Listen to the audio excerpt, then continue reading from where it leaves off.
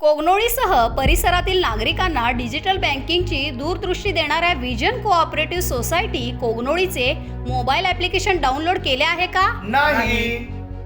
तर मग अजूनही का आपण केले नाही? प्ले स्टोअरमध्ये जा आणि हे मोबाईल ॲप्लिकेशन आत्ताच डाउनलोड करून घ्या. यामुळे आपल्याला खाते शिल्लक तपासता येईल, व्यवहार इतिहास तपासता येईल, ऑनलाईन फंड ट्रान्सफर करता येईल, ठेवी व कर्जाची माहिती सहजरित्या मिळवता येईल. आणि म्हणून आमचा स्कॅनर आणि लिंक जरूर पहा आणि ते ॲप्लिकेशन डाउनलोड करा. चला तर मग विजन परिवारात सहभागी होण्यासाठी हे ॲप्लिकेशन आत्ताच डाउनलोड करा. Vision cooperative society Kognoli. नमस्कार, आपण पाहताय जनमत न्यूज चॅनेल. वन्नूर तालुका कागलजवळ बकरी वाहतूक करणाऱ्या ट्रकला अपघात. 150 ते 200 बकऱ्यांचा जागीच तडफडून मृत्यू. 20 बकरी बचावली. कागलपासून नजीकच असणाऱ्या कागल निडोरी राज्यमार्गावरील वन्नूर तालुका कागल येथील खोतमळा परिसरात धोकादायक वळणावरती बकऱ्यांची वाहतूक करणारा ट्रक पलटी होऊन सुमारे 150 ते 200 बकऱ्यांचा चेंगराचेंगरीमध्ये मृत्यू झाला आहे.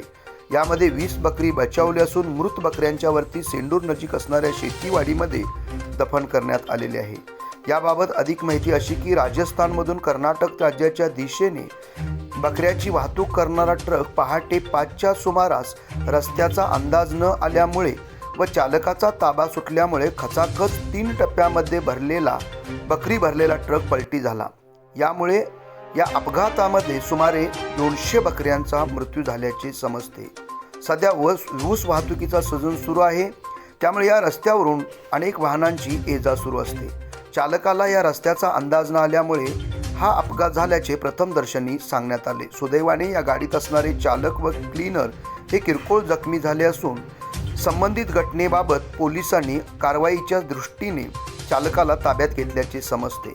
वास्तविक पाहता या ट्रक चालकाला कर्नाटकात जावयाचे असताना तो मुरगुड मार्गे गेलाच का, असा प्रश्न आता उपस्थितांच्यातून उपस्थित होत असून कागल व कोगनोळी नजीक असणारे टोल नाके व RTO नाका चुकवण्यासाठीच ही सर्व केलेली उटाटेव बिचाऱ्या निष्पाप बकऱ्यांच्या जीवावरती बेतल्याची चर्चा यावेळी उपस्थितांच्यातून होती. जनमत न्यूजसाठी नितीन धनवडेसह राज कोळेकर.